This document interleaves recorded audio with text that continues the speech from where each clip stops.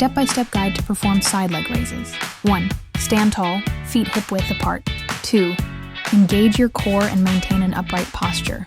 3. Hands can be on your hips for balance or extended out to the sides for extra stability. Execution. Using left leg, first 4 counts. 1 count 1.